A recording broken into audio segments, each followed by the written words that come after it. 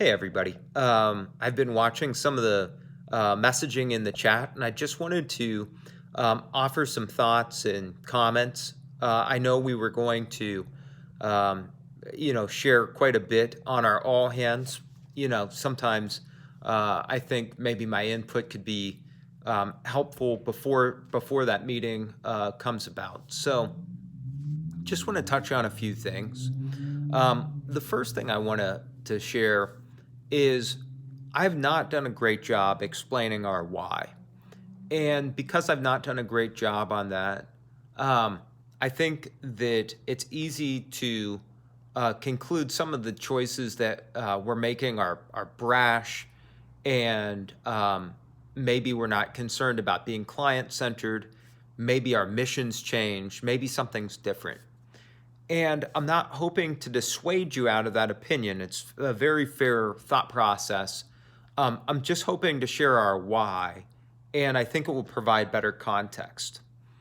Um, in June, it became apparent that we were growing at a rapid pace and we were going to continue to grow at a rapid pace.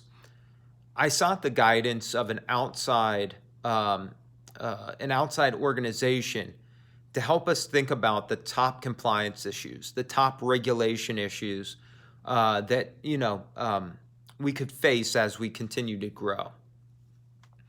It became apparent after any number of conversations that um, we were doing a lot more CPST work, which is the mentorship work, than I mean almost every agency in our state.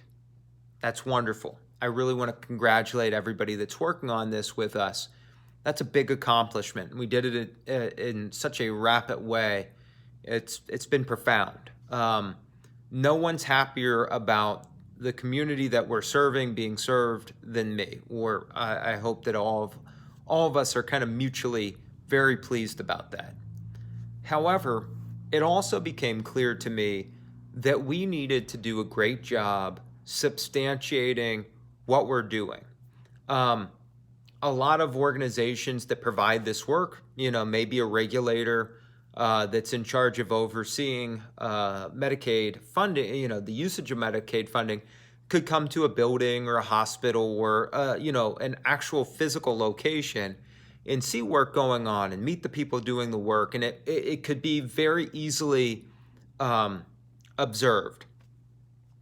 Since we have telehealth providers literally from all over the United States, a regulator couldn't easily see the work that we're doing.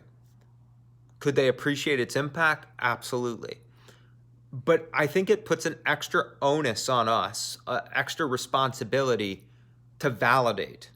And I just want to share this in a way that hopefully makes our why a little clearer. It was Evergreen's one organization. All of the wonderful people that decided to join with us on this great mission. We want you to succeed with your clients. We want you to succeed personally and professionally. However, if a regulator comes in, that is not their objective. Evergreen has to do a great job being responsible to you, the professionals delivering the service, to the clients that are receiving the service.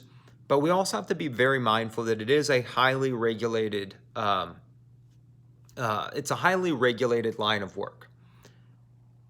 When a claim is sent off to the Medicaid insurers for payment, that claim has the mentor's name on and the mentor's NPI. That's that National Provider Information Number that you registered for when you began contracting with Evergreen. Maybe some before if you were in this space. Every single claim that goes forward has your name on and has your NPI number on. And we knew that a regulator was going to spend very little time, trying to call a client, maybe no time. They could definitely look at the notes and determine, okay, this seems reasonable, this doesn't seem reasonable. But most of our staff is non-licensed, meaning you did not register like a full license, like a counselor or a social worker at our state level to be able to offer the service, which you're totally allowed to do. but you wouldn't have a license at stake if they felt that the case note that was offered didn't meet standards, right? We felt like with the growth, with the amount of hours, with the things that you might have to defend yourself to like if a regulator ever asked, because it would be asked of all of you individually. It would not be asked of Evergreen. In fact, no claim has Evergreen's name or NPI. It's just our billing partner, Primary Care Solutions of Ohio, and you. We did not want to leave you on an island. That's not the right leadership move to do. We wanted to be able to give a tool to further substantiate all the amazing work you're doing. We thought that that tool could be Zoom Pro, where you would have a definitive record of all the contact you made with a client. Trust me, I understand any level of headache and, a number that's different, like all of this can throw our clients. But please know it was an extra protective layer for you as team members to be able to further substantiate all the amazing work you're doing. We're growing at a rapid pace.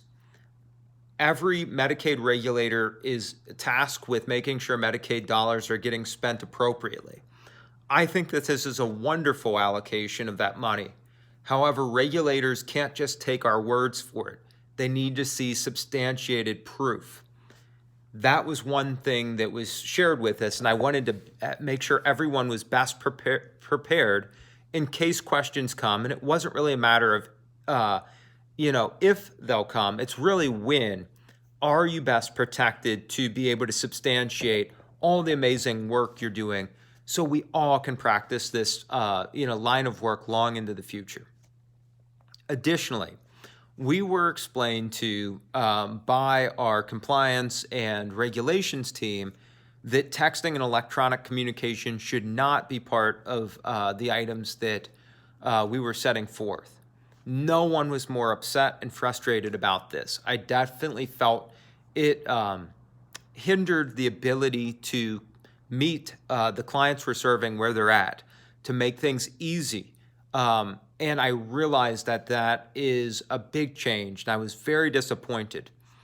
Again, the abrupt change was not to make anyone's life bad or challenging or to think that, we wanted to, just make things more challenging for the clients. I mean, nothing could be further from our intention than those things.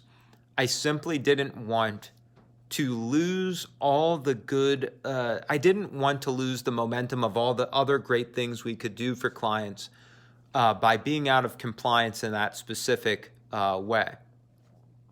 It was very important for us to say, yes, this is frustrating, bad, wish we could do something different, but the longevity of the organization is the pivotal thing.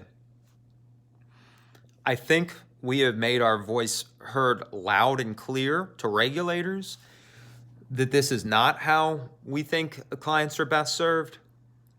I can share with you, I have a great deal of optimism that in 2024, things will change, and I think we've made our voice heard loud and clear on electronic asynchronous communication. So we may have a very positive update for you very soon on that front. But please know our why behind some of the things we're doing.